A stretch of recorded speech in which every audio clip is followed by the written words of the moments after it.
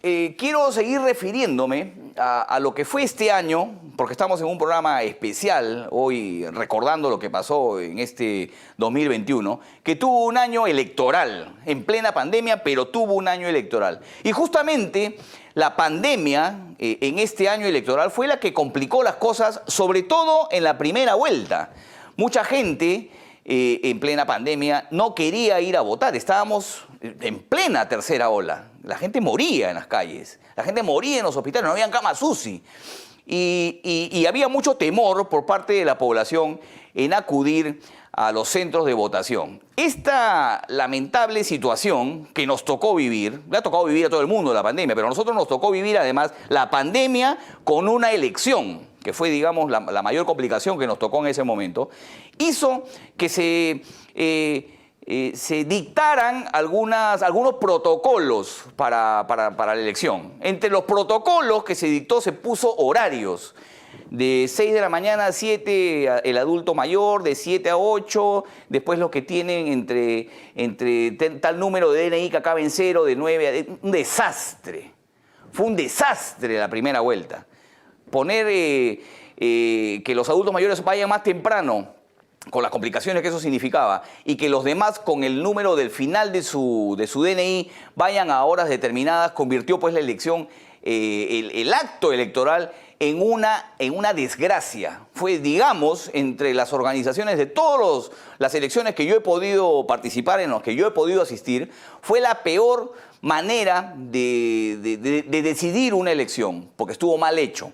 Esto hizo que mucha gente llegue a su hora, que le tocaba por el número de su DNI, y encuentre una cola impresionante, porque además nadie previó, entre los genios que estaban en el Jurado Nacional de Elecciones, que organizaron esto, el jurado electoral, ningún genio previó que podía suceder de que no se instalen las mesas, como suele suceder en todas las elecciones. Y los adultos mayores quedaron amontonados en las mesas de sufragio, no se instalaban las mesas, empezaban a llegar los que les tocaba con su número final de DNI. Todo esto fue un desastre. Eso es lo que pasó en la primera vuelta. Usted lo debe recordar. Seguramente que fue a votar y se desanimó cuando vio la colaza, porque es una cosa impresionante. Además tenía que haber distanciamiento social, que la mascarilla, que la careta, que no servía para nada, y ya se demostró que no sirve para nada la careta. Y todo eso fue abonando en que toda la gente se ponga evidentemente de mal humor. Y algunos decidieron regresarse a sus casas y no votar. Un ausentismo absoluto en aquella primera vuelta. Más del 30% de personas no votaron. Este fue el informe que presentó Combater con respecto a ese desastre que fue la primera vuelta en el Perú. Alguien está pasando piola en estas elecciones.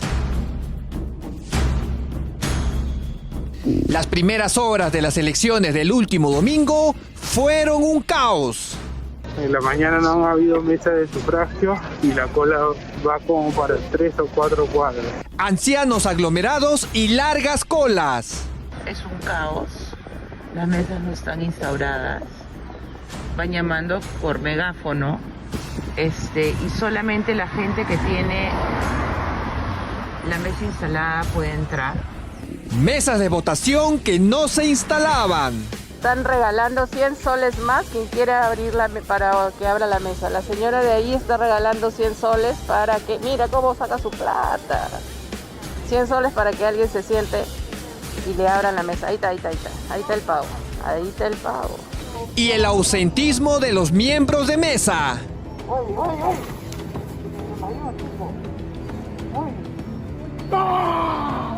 Todo esto se advirtió, pero nos aseguraron que iba a ser las mejores elecciones en la historia.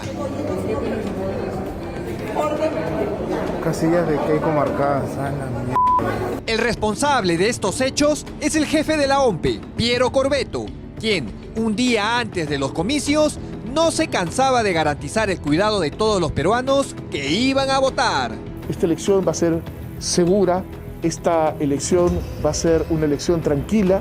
Sin embargo, la realidad fue otra. En muchos distritos de la capital, como San Isidro, Miraflores, San Borja, Los Olivos y Surco, los miembros de mesa no fueron.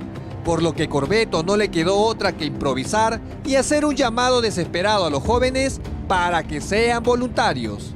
Y sobre todo a esos jóvenes que son vecinos, que son parientes de aquellos adultos mayores que han salido a votar masivamente comprometidos con su democracia, los invito hoy día a participar. Hoy es su prueba de fuego. Incluso, la mesa de votación del candidato de Renovación Popular, Rafael López Aliaga, no estaba instalada en el complejo deportivo Chino Vázquez en Miraflores, por lo que tuvo que regresar 3 veces.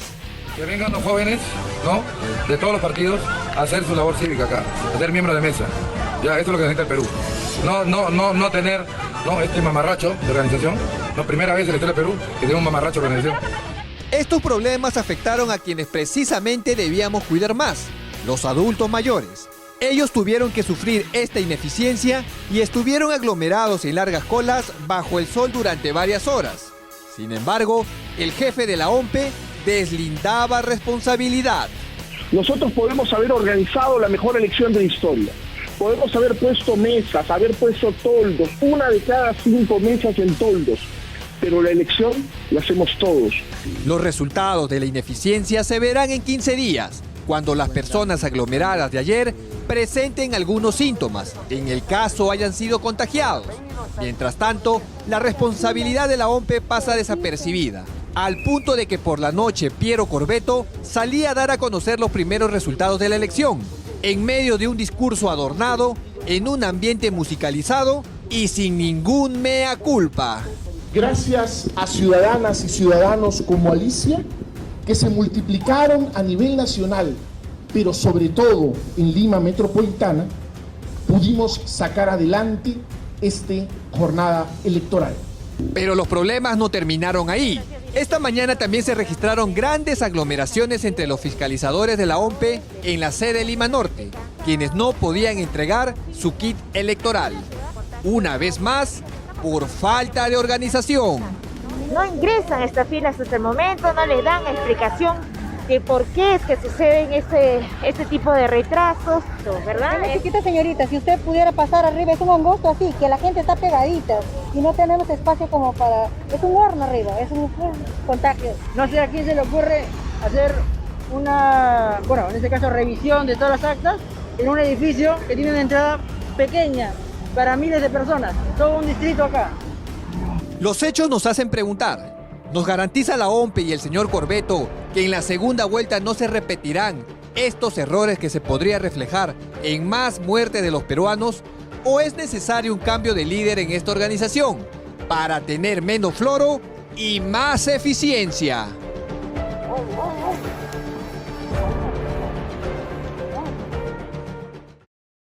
Regresamos aquí a PBO, estamos recordando hoy 31 de diciembre todo este desastre que fue la primera vuelta electoral, con gente amontonada, con gente que decidió no ir a votar, con gente que fue a votar en aquella oportunidad, de acuerdo al número de su DNI, con adultos mayores que tenían las primeras horas para votar, pero nadie se dio cuenta de que podía haber el problema de que no se instalen las mesas. Todo eso pasó en la primera vuelta. Esto y otras cosas más, como las actas manipuladas, que en algún momento se pudo demostrar, aunque al Jurado Nacional de Elecciones no le importó el asunto, abonó en que finalmente, como les decía en el inicio del programa, terminen como ganadores de la primera vuelta Keiko Fujimori y Pedro Castillo, con todo el antifujimorismo que existe en el Perú, que es una realidad. Existe antifujimorismo en el Perú. Nadie quiere a los Fujimori y nadie quiere nada que tenga que ver con Alberto Fujimori.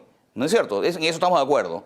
Y se presentó pues un candidato que dio algunas alternativas a la gente, entre comillas, postergada o postergada de por sí, y que creyó y vio como alternativa al Prosor para que sea presidente de la República y le haga frente al fujimorismo. Y nos pusieron a los peruanos que, digamos, tratamos de ser un poco más racionales, tratamos de razonar un poco más en cuanto a los temas electorales y de elección de presidente de la República. Imagínense ustedes, nos pusieron a los peruanos en la incertidumbre de votar entre el fujimorismo con todo el antifujimorismo que existe y entre Pedro Castillo y todos los antecedentes que ya en ese momento conocíamos. Ya sabíamos que Perú Libre era de Vladimir Cerrón, un sentenciado por corrupción. Ya sabíamos todo lo que había pasado en Huancayo. Finalmente se dilucidó en esa época lo de los dinámicos del centro. Ya sabíamos. Los peruanos informados sabíamos lo que estaba pasando. Y sabíamos pues también que Keiko Fujimori tiene un juicio de hace muchísimos años en la cual todavía no ha salido libre. Entonces los peruanos nos pusieron entre dos alternativas que lamentablemente polarizó una vez más la elección y la gente empezó a votar en contra de Keiko Fujimori, no a favor de Keiko Fujimori. Los que votaron a favor de Keiko Fujimori en la segunda vuelta y los que tuvieron que decidir por Keiko Fujimori era evidentemente para evitar el comunismo. Comunismo que todavía nos roza la cabeza como un péndulo de peligro. Entonces eso es lo que pasó. Finalmente se hizo pues un informe en Combater con respecto a esta penosa situación. Tener que elegir entre Pedro Castillo y Keiko Fujimori. Veamos. Keiko Fujimori y Pedro Castillo pelearán por la presidencia del Perú. Una segunda vuelta que es un verdadero dilema para millones de peruanos. Para empezar, hay que les quede claro a todo el mundo que son las dos primeras minorías. ¿Ok? Acá ha ganado el ausentismo, el voto blanco y viciado. Eso es lo que ha ganado. Pero hoy en día, quien 13 de abril, quien parte como favorito es sin duda Pedro Castillo. Para usted, en estas elecciones 2021, ¿quiénes han sido los grandes perdedores? Los que intentaron buscar un electorado centrista. Estamos ante dos candidaturas que tienen un fuerte antivoto. Empecemos por Keiko Fujimori, que ya ha perdido 2 elecciones ante un candidato de derecha y uno de izquierda. Quien ganó fue el antifujimorismo.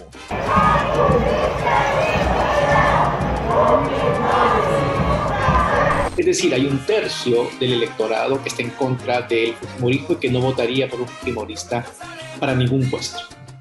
Eso tiende a ser un poco más volátil, tiende a crecer en algunas circunstancias. Yo creería que está, por ahora, mucho más allá de un tercio. Para el politólogo Carlos Meléndez, la única forma de que Keiko Fujimori revierta el antivoto es rompiendo la frontera ideológica y conquistando al público que al día de hoy no piensa votar por ella. Yo creo que el fujimorismo tiene un espacio para crecer detrás de los seguidores de Hernando de Soto, detrás de los seguidores de centro, tanto de centro ideológico como Alianza para el Progreso, por ejemplo. La mochila de Keiko Fujimori no es solo pesada por la herencia política que le dejó su padre, sino también a eso hay que sumarle el antifujimorismo de la clase política y de los medios de comunicación, que le han dicho desde narcotraficante hasta pasar en vivo su proceso de encarcelación. Por eso, más de un politólogo ya está viendo como ganador a Pedro Castillo. Pero hoy en día, quien 13 de abril, quien parte como favorito es sin duda Pedro Castillo. Pero Castillo tampoco es un santo. Por el contrario, es un cuco para gran parte del país, sobre todo por su innegable relación con el terrorismo. Y también el señor Castillo tiene un problema de su relacionamiento con Pucallacta, Movadef, y ya se ha identificado que 4 de los presuntos congresistas electos por su partido son exterroristas, 3 de ellos de Sendero Luminoso y 1 del MRTA. Entonces las conexiones con los grupos subversivos son indudables. Para el periodista Miguel Santillana, Pedro Castillo es un político que no podrá ser controlado con las armas de la democracia. Yo no creo que por medios democráticos puedas controlar a un señor Castillo que de frente te va a cerrar los medios de comunicación, estatizar, tumbarse abajo el Congreso si no le da la razón, tumbarse los TLCs, tumbarse el Tribunal Constitucional. La afirmación no está lejos de la realidad. Castillo dijo que de llegar al poder, cerraría el Tribunal Constitucional para vigilar el gasto realizado en inversiones por la parte de sus autoridades regionales y locales. Entonces, ese mito hay que poner en contexto. Pedro Castillo le está sacando aproximadamente 6 puntos de ventaja a Keiko Fujimori. A diferencia de la candidata de Fuerza Popular, para él no es necesario alguna alianza. Tiene fuerza por sí solo. Entonces, estos caballeros sería se les vería el fustán si quisieran cambiar de discurso. Yo creo que ellos se van a mantener en su discurso radical. No les queda otra. El gran anti de Pedro Castillo está en la capital. Es un político al que no hay que subestimar, porque ya ha demostrado que no necesita de los grandes medios de comunicación para ganar. Ambos candidatos tienen un antivoto, pero también sus cosas en común. Por un lado, Keiko Fujimori dice que de llegar a la presidencia, indultará a su padre. De ser presidenta de la República, ¿usted indultaría a su padre? Sí. Por otro lado, Castillo habla, sin sonrojarse, de un indulto a Antauro Humala. El caso de Antauro Humala, creo que bajo las facultades presidenciales daríamos el indulto por exceso de cartelería. Esta segunda vuelta será una encrucijada para el país. Algunos mirarán a Keiko Fujimori como lo peor del fujimorismo, como Vladimiro Montesinos. Otros verán en Castillo lo peor de la izquierda, como Abimael Guzmán. Habrá un cuco para cada gusto, pero que el miedo no haga olvidar los hechos. Para empezar, hay que les quede claro a todo el mundo que son las dos primeras minorías. ¿Ok? Acá ha ganado el ausentismo, el voto blanco y viciado. Eso es lo que ha ganado. Volvemos aquí a PBO a través de los 91.9 FM. PBO Radio, la radio con fe. Y fe es lo que tuvimos que tener pues para ver si en algún momento podíamos hacerle frente al comunismo. Yo, en mi caso particular, y creo que el caso de muchos aquí en la radio, fue votar contra Pedro Castillo. Pero no era contra Pedro Castillo específicamente, porque finalmente ahora se ha demostrado con el correr del tiempo que es un tipo que no tiene ninguna preparación y es básicamente un ignorante para el cargo. Eso se ha demostrado. Lo que daba temor en ese momento, por lo menos para las personas que tenemos no una ideología política, sino una tendencia de bien, creo yo, es evitar que el comunismo llegue al gobierno. Porque son comunistas. Su ideario lo dice. Nadie ha podido ocultar ese ideario. Vladimir Cerrón es comunista. Se ha formado en Cuba. Es castrista. En su mismo ideario hay momentos en texto y en párrafos que hablan de marxismo, de leninismo, de maoísmo, de mariateísmo. Son comunistas. Y entonces, en mi caso particular, yo me vi obligado, tapándome la nariz, porque evidentemente a mí tampoco me cala el fujimorismo, a votar por Pedro Castillo, a votar por Keiko Fujimori, para evitar que Pedro Castillo y todo lo que lo rodea, el comunismo básicamente, lleguen al poder. Y lamentablemente hay gente que no pensó así. Dijeron, no, Keiko Fujimori es sinónimo de corrupción, no podemos tener al fujimorismo, mejor el comunismo. Sin saber seguramente que estos de verdad eran comunistas. Porque muchos influencers y estos chistosos que aparecen en redes sociales decían, bueno, si sale Pedro Castillo y empieza a aplicar sus políticas comunistas, acá estamos nosotros vigilantes con las zapatillas puestas para sacarlo del poder. Las zapatillas puestas. Yo nunca he escuchado mayor ridiculez que esa, que las zapatillas puestas y vigilantes. ¿Cómo sacas a un comunista cuando se enquista en el poder? Mire usted todos los regímenes comunistas que han existido en el mundo, no salen así nomás. Vigilantes, guachimanes de la democracia se creyeron. Comienza el día con el primer magazine del Perú. Noticias, reportajes, entrevistas, efemérides, cultura, mercados, espectáculos y todos los deportes. Con el mejor análisis del acontecer político. De lunes a sábado de 6 a 10 de la mañana. Por Willax Televisión y PBO Radio 91.9 FM. La radio con fe. Los astros te serán propicios en PBO. En Facebook, Twitter y YouTube. Suscríbete y activa las notificaciones. A veces es difícil elegir qué mascota tener. Gato. Perro. Gato. Pero para elegir tu lote... Facilote. Obvio. Porque comprar tu lote es facilote. Elige cómo. Ingresa a terreno.pe o llámanos al 616-9009. Centenario.